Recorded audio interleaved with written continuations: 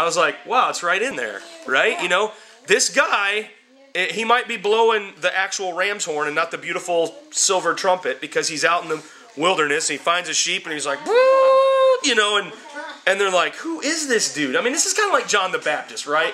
Dude rolls into town, you know, locust stuck in his beard, and I just picture him as this just 70s afro, you know, just comes into town and he's just bippity boppity, you know, just coming in and like he's all dirty and scraggly, comes out of the wilderness, eating locusts and honey, all this stuff, and he's just wild, you know, wearing camel's hair. A wild man of God comes right out of the wilderness. Prepare ye the way of the Lord. A voice crying in the wilderness. He had to be a man of the wilderness because it was prophesied that he would be a voice crying in the wilderness. So what I find here, guys, is really cool. A man from the wild coming into the cities. And guys, he's going to pronounce judgment not just on Israel, not just on Judah, but 6 other nations. We're going to start out our study of Amos here as we go into these first few chapters.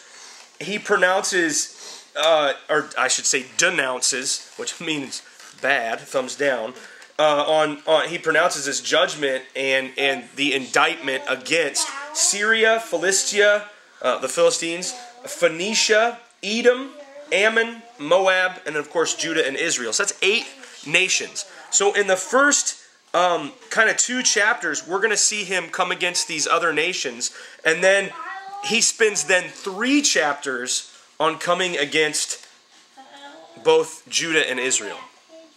Now, I want to let you guys know something. Amos was probably extremely popular when he was prophesying against the enemies of Israel. Edom, Syria, Philistia, Ammon, Moab, all these countries. Oh yeah, all right. You know, okay, you might be a little rough in the britches, but you know, and you're wearing work boots, but yeah, that's right. We do need to. God needs to go get them and stuff. And then when he turned the corner to chapter 3 and he starts coming against Israel and Judah, he probably, you know, went from like where Barack Obama was when he started to where he's at now, you know, really bad. Of course, that's what I've heard. You know, that's just hearsay. It's no good. You know, it's like a president going from that like 60% approval rate to like 13% approval rate. And it's just because nobody wants judgment in their backyard. Nobody wants to hear, you're wrong. You're not living right. You're not doing good things. You're not pursuing your God anymore. Your worship is false. It's a crock, and nobody's buying it, especially God. So nobody wants to hear that. But that's what we're going to see this man do. So let's jump right in here. And I love this. You know, right off the bat, we get the Lion of the tribe of Judah again. The Lord roars from Zion and utters his voice from Jerusalem. The pastures of the shepherds mourn, and the top of Carmel withers, which is sad because that was a place where they all came and saw God move in the time of Elijah.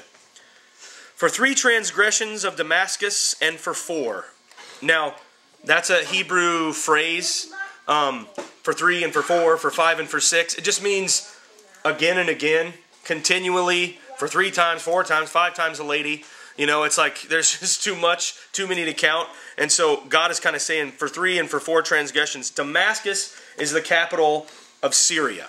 Okay? North region. It's kind of north of where Israel is. It's still kind of in the same area as far as I know. I don't think it has the same boundaries. But you see that what God's going to do is he's going to... And I'm going to kind of... Guys, I'm not going to bore you with the details of reading every single verse out loud. Not that that's bad, and we do that a lot, but I want you to get the idea what's actually going on here. So I've got my outline book, my outline handbook out here along with the words, so we can kind of get this outlined idea of what's really happening. So what you're going to see from verses 1 through 6, and you can be reading this while I'm telling you this, but verses 1 through 6, you're going to see that the nation of Syria had often harassed Israel, especially under this King Hazael guy that is mentioned in verse 4, which is bad because, you know, and in this Ben-Hadad guy, that God just is like, I'm just going to burn your house down. You know, you've been harassing Israel, you've been especially harsh to my people, And I'm telling you, one of the lessons that we're going to learn here in the next 2 chapters is that God takes note of the cruelty of a nation. He takes note of America's cruelty. He takes note of China's cruelty, probably especially to their young girls because they throw them in trash cans if they have too many. God takes note of all this. Sin does not happen and God just goes, oh man, where'd that come from? You know, He takes note of the cruelty, not just of a human being or a family or a group of people, but when a nation is kind of rising up and doing the same cruel things. You know, like abortion's okay in our country. And there's these things that are just okay, that are just becoming more and more evil. You know, pornography is just a wonderful thing in this nation. It brings in $9 billion a year. $9 billion. I mean, that's insane. But we know that it's awful, it's destructive, and it leads to a lot of rape. It leads to a lot of incest. It leads to a lot of abuse, and it leads to even murder. So, not to mention all the people that get addicted to it, that get screwed up sexually. So, and yeah, just it bugs me. I mean, I've been susceptible to it. It sucks. God would thus burn down the palace of the capital city of Assyria, break down their strongholds, and cause many Syrians to die, and carry other ones out into slavery.